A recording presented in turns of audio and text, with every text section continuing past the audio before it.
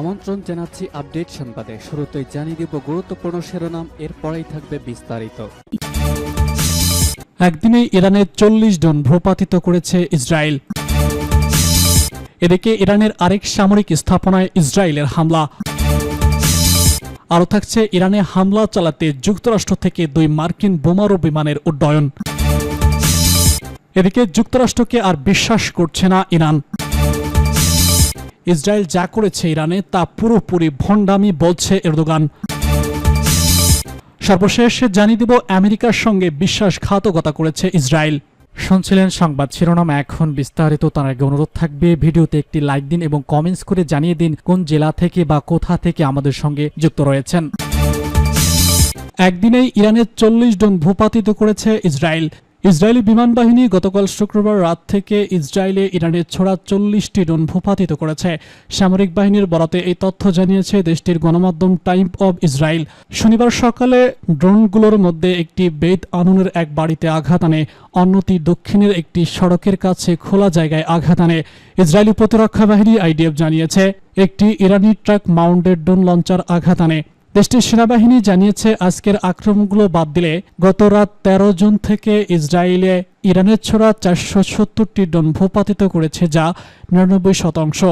আইডিএফের তথ্য অনুসারে Iran 13 June থেকে ইসরায়েলে 1000-এর বেশি ড্রোন নিক্ষেপ করেছে, যদিও অনেকগুলো ব্যর্থ হয়েছে অথবা জর্ডান সহ অন্যান্য দেশের অংশে ধ্বংস হয়েছে। ইরানের আরেক সামরিক স্থাপনায় ইসরায়েলের হামলা। ইরানের দক্ষিণাঞ্চলের শেবাজ শহরের একটি সামরিক স্থাপনায় আবারও হামলা চালিয়েছে ইসরায়েল। এমনটাই দাবি করেছে ইরানের আধা সরকারি বার্তা সংস্থা ইরানা। ফারাস প্রদেশে অবস্থিত এই সামরিক স্থাপনায় শনিবার ভোরে হামলার ঘটনা ঘটেছে বলে জানিয়েছে আল জাজিরা। ইরানের খবরে বলা হয়, হামলার পরই আকাশের ধোঁয়ার কুঞ্জলি দেখা যায়। এখনও পর্যন্ত কোনো হতাহতের খবর পাওয়া যায়নি। ঠিক কখন এবং কী ধরনের অস্ত্র ব্যবহৃত হয়েছে তা নিশ্চিত হওয়া যায়নি। হামলার পরপরই স্থানীয় প্রশাসন এবং নিরাপত্তা বাহিনী দ্রুত ঘটনাস্থলে পৌঁছে এলাকাটি ঘিরে ফেলেছে এবং তদন্ত কার্যক্রম শুরু করে। তবে ইরানি কর্তৃপক্ষ হামলার প্রকৃত লক্ষ্য বা কারণ সম্পর্কে এখনও আনুষ্ঠানিক কিছু জানায়নি। এদিকে শনিবার সকালে ইরানের ইনসাফাহান প্রদেশে অবস্থিত একটি গুরুত্বপূর্ণ পরমাণু স্থাপনাতেও হামলার লক্ষ্যবস্তু পরিণত হয়, যদিও কর্তৃপক্ষ জানিয়েছে কোনো বিপজ্জনক পদার্থ বা মজুদ ক্ষতিগ্রস্ত হয়নি। সাম্প্রতিক আঘাতে ওই স্থাপনাটি একাধিকবার ইসরায়েলি হামলার শিকার হয়েছে। স্থানীয় সূত্রের মতে জানা গেছে, ইস্পাহানে বিস্ফোরণের শব্দ শোনা গেছে, তবে ইন্টারনেট সংযোগ বিচ্ছিন্ন থাকায় বিস্তারিত তথ্য জানা যায়নি। ইরানে হামলার উদ্দেশ্যে যুক্তরাষ্ট্র থেকে 2 মার্কিন বোমারু বিমানের উড্ডয়ন। যুক্তরাষ্ট্রের মিসৌরি অঙ্গরাজ্যে অবস্থিত হোয়াইটম্যান ঘাঁটি থেকে 2টি B-52 বোমারু বিমান উড্ডয়ন করেছে। বিমান দুটি গুদাম দ্বীপে থাকা মার্কিন সামরিক ঘাঁটির দিকে যাচ্ছে। ফ্লাইট স্ট্যাঙ্কের তথ্যে এমনটা দেখা গেছে বলে খবরে জানিয়েছে টাইম অব ইসরায়েল। অত্যাধুনিক এই বোমারু বিমানগুলো অনেক দূর থেকে মাটির উপর ও নিচের লক্ষ্যবস্তুতে বোমা ও ক্ষেপণাস্ত্র নিক্ষেপ করতে সক্ষম। রাডার ফাঁকি দেওয়ার সক্ষমতার জন্য একে থেল্ট মেম্বার বলা হয়। সম্প্রতি মার্কিন বোমারু বিমান সংবাদ মাধ্যমে নজর কেড়েছে, কারণ ইরানে হামলা চালিয়ে ব্যাপক বিপদে পড়েছে ইসরায়েল।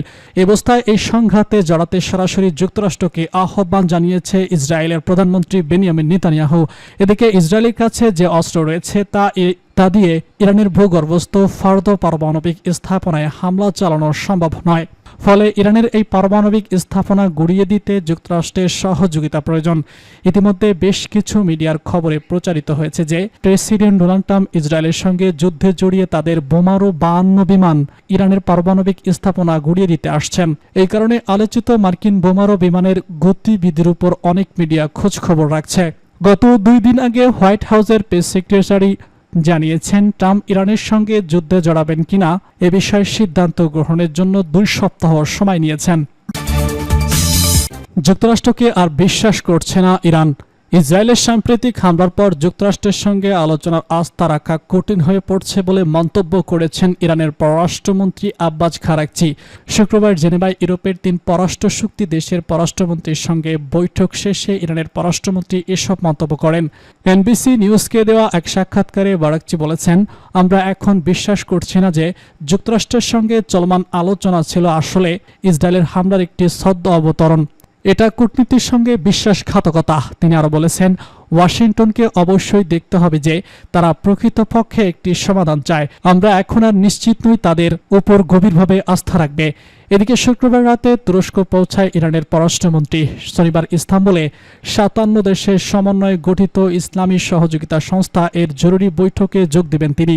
স্থানীয় ইরানি গণমাধ্যমকে কারাকচি বলেছেন, এই সুযোগকে আমরা পুরোপুরি কাজে লাগাবো যেন নির্দেশ ও ন্যায় সংযত ইরানি জনগণের কণ্ঠ বিশ্বমঞ্চে পৌঁছে দিতে পারি। তিনি আরও জানান, তুরস্কের প্রেসিডেন্ট রিসেপ তাইয়েপ এরদোগান সহ শীর্ষ নেতাদের সঙ্গে বৈঠকের পরিকল্পনাও রয়েছে তার।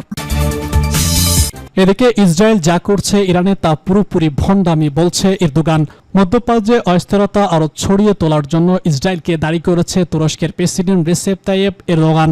শনিবার ইস্তাম্বুলে ইসলামী সহযোগিতা সংস্থার 51তম অধিবেশনে দেওয়া এক ভাষণে তিনি এসব মন্তব্য করেন। ইসরায়েল এখন কেবল দখলদার নয়, বরং পুরো অঞ্চলে যুদ্ধ সরানোর নীল নকশা দিয়েই এগোচ্ছে উল্লেখ করে এরদোগান স্পষ্ট ভাষায় বলেন, ইরানে ইসরায়েল যা করছে তা পুরোপুরি ভণ্ডামি। তার মতে এই আগ্রাসন কোনো সামরিক কৌশল নয়, বরং রাষ্ট্রীয় সন্ত্রাসের উদাহরণ। এরদোগান বলেন, নেতানিয়াহুর সরকার আঞ্চলিক শক্তির সবথেকে বড় বাধা। তারা হাসপাতাল, মসজিদ, গির্জা, স্কুল সহ বেসামরিক অবকাঠামো লক্ষ্য করে হামলা চালাচ্ছে। সেখানে শিশু, নারী সহ নিরীহ মানুষ প্রাণ হারাচ্ছে। অবরুদ্ধ গাজা উপত্যকায় পরিস্থিতিকে নাৎসি বাহিনীর কনস্ট্রাকশনে ক্যাম্পেইনের চেয়েও ভয়াবহ বলে বর্ণনা করেছেন এরদোগান। নেতানিয়াহু যে জাতি বিদ্বেষী স্বপ্ন দেখছে তা কেবল বিশ্বকে ধ্বংসের পথে ঠেলে দিচ্ছে, এতে কারো কোনো লাভ নেই। এরদোগান 13 জন ইরানে হামলা চালানো ইসরায়েলি হামলাকে রাষ্ট্রীয় সন্ত্রাস হিসেবে আখ্যা দেন। বলেন, এই হামলার মাধ্যমে ইসরায়েল ইরানের পারমাণবিক আলোচনার কূটনীতিক পথ বন্ধ করে দিতে চায়। এদিকে ইসরায়েল নিজের পারমাণবিক সক্ষমতা লুকিয়ে রাখছে, অন্যদিকে অন্যদের বাধা দিচ্ছে। এটাই সবথেকে বড় ভণ্ডামি। তুর্কি প্রেসিডেন্ট আরও বলেছেন, নেতানিয়াহুর সরকারও তার হত্যাকারী বাহিনী কূটনীতির কোনো পথ খোলা রাখতে চায় না। তারা কেবল আগ্রাসন ও ধ্বংসের পথে চলছে।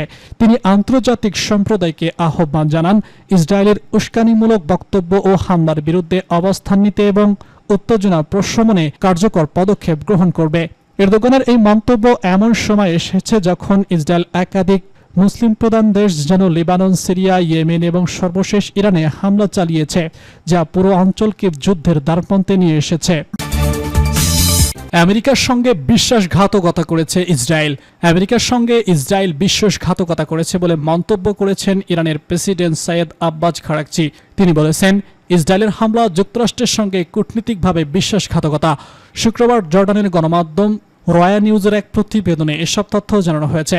পররাষ্ট্রমন্ত্রী বলেছেন, ইরানে ইসরায়েলের হামলা যুক্তরাষ্ট্র কূটনীতিক প্রচেষ্টার সঙ্গে বিশ্বাসঘাতকতা। তিনি এই হামলাকে নিন্দা জানিয়ে বলেন, তেহরান এবং ওয়াশিংটন ইরানের পারমাণবিক কর্মসূচি নিয়ে একটি অত্যন্ত সম্ভাবনা চুক্তির পথে ছিল। জেনেভায় জাতিসংঘের মানবাধিকার কাউন্সিল ইউরোপীয় পররাষ্ট্রমন্ত্রীর সঙ্গে বৈঠকের আগে কারাকচি বলেছেন, আমরা এখন একটি চলমান কূটনীতিক প্রতিক্রিয়ার মধ্যে ছিলাম, তখনই আমাদের উপর হামলা করা হয়েছে। জেনেভায় জাতিসংঘের মানবাধিকার কাউন্সিলের বক্তব্যকালে তিনি ক্ষোভ প্রকাশ করে বলেন, এই হামলা এমন এক সময় চালানো হয়েছে যখন আমরা আমেরিকার সঙ্গে 15 জন একটি সম্ভাবনাময় শান্তিপূর্ণ চুক্তি নিয়ে আলোচনার প্রস্তুতি নিচ্ছিলাম। এটি কূটনীতির প্রতি বিশ্বাসঘাতকতা এবং আন্তর্জাতিক আইন এবং জাতিসংঘ ব্যবস্থার উপর নজিরবিহীন আঘাত। এর আগে আল জাজিরার প্রতিবেদনে বলা হয়, ইসরায়েল ও ইরানের মধ্যকার চলমান সংঘাতে যুক্তরাষ্ট্র সরাসরি অংশ নেবে কিনা সে বিষয়ে আগামী 2 সপ্তাহের মধ্যে সিদ্ধান্ত নেবে যুক্তরাষ্ট্রের প্রেসিডেন্ট ডোনাল্ড ট্রাম্প। তবে এমন সিদ্ধান্তে গভীর হতাশায় পড়েছে নেতানিয়াহু। ইসরায়েলি গণমাধ্যম হারেত কালেনিস ও লেস্ট গিলিয়ান আল জাজিরাকে বলেছেন, বেনিয়ামিন নেতানিয়াহু তার জোট ইসরায়েলের সঙ্গে যুদ্ধে জড়িয়ে পড়ার সিদ্ধান্তের জন্য ট্রাম্পের কয়েক সপ্তাহ অপেক্ষার পরামর্শ গভীর হতাশায় পড়েছেন।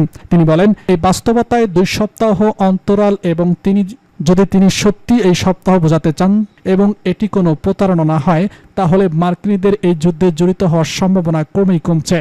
কিন্তু নেতানিয়াহু চান ট্রাম্প যেন যত দ্রুত সম্ভব এই যুদ্ধে যুক্ত হন। লেভি আরও জানিয়েছে, দীর্ঘমেয়াদে ইসরায়েল ইরানের পারমাণবিক কর্মসূচি ধ্বংস করতে এবং এর মারাত্মক ক্ষেপণাস্ত্র ব্যবস্থা ক্ষতিগ্রস্ত করতে সফল হলেও ইসরায়েলি নিজেদের আর নিরাপদ বোধ করবে না। কোনো কিছুর সমাধান হবে